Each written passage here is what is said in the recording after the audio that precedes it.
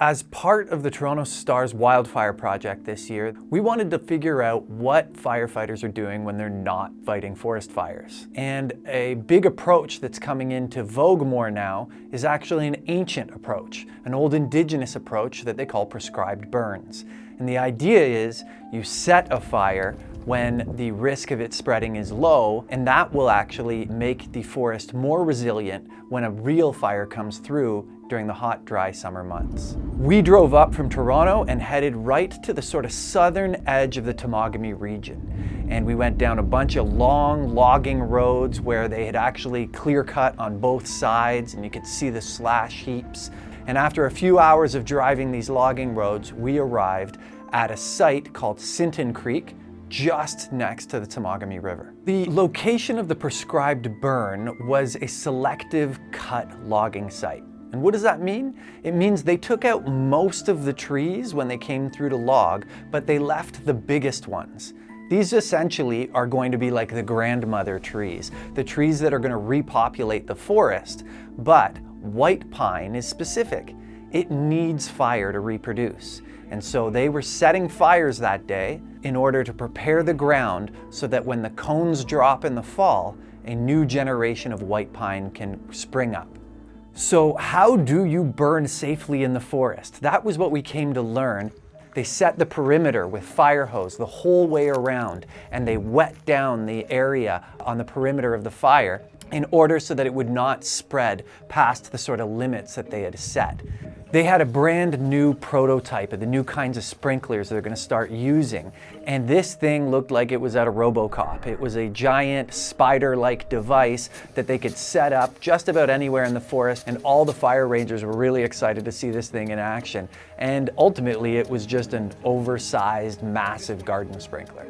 So we started by gathering 5 crews of fire rangers together, and these were going to be the people who not only set the fire, but also followed with water packs on their backs and ATVs to make sure that if it ever kind of got out of hand or got past the boundaries they set, they could put it out immediately.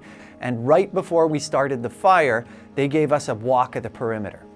And we got to see just where the fire was going to go, where it was going to be set, and how they were going to avoid it spreading past the edges. What we stumbled into was a rookie crew who were setting up a pump to run the fire hoses around the perimeter, and they were having a heck of a time.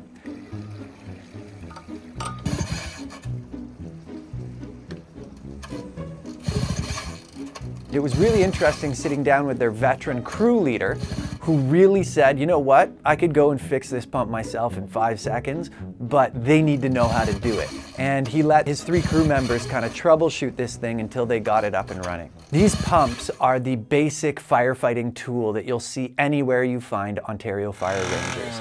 And you can basically put this into any water source. Pump and hose are the basic tools of Ontario firefighting, and it's what makes us unique because Ontario just has more water than almost anywhere else. And so anytime there's a forest fire, they're going to show up with their pumps and bring water to the fire. Once the fire was up and running, we had to retreat to a safe distance, and we had to stay quite far back and got to watch smoke billowing through the trees ominously, kind of like Apocalypse Now.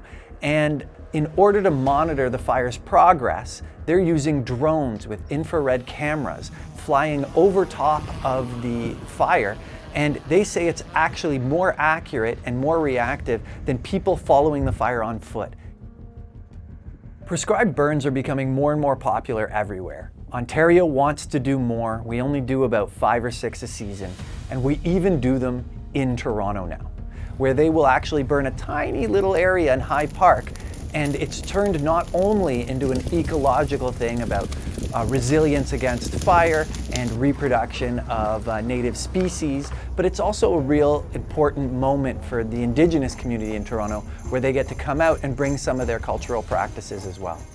We're in mid-June now, and if you take a look at the amount of territory that's been burned in Ontario, it's already twice as much as burned last season for the whole season. So we've still got 2-3 more months of fire season to go. We're really on track for a record season here in Ontario.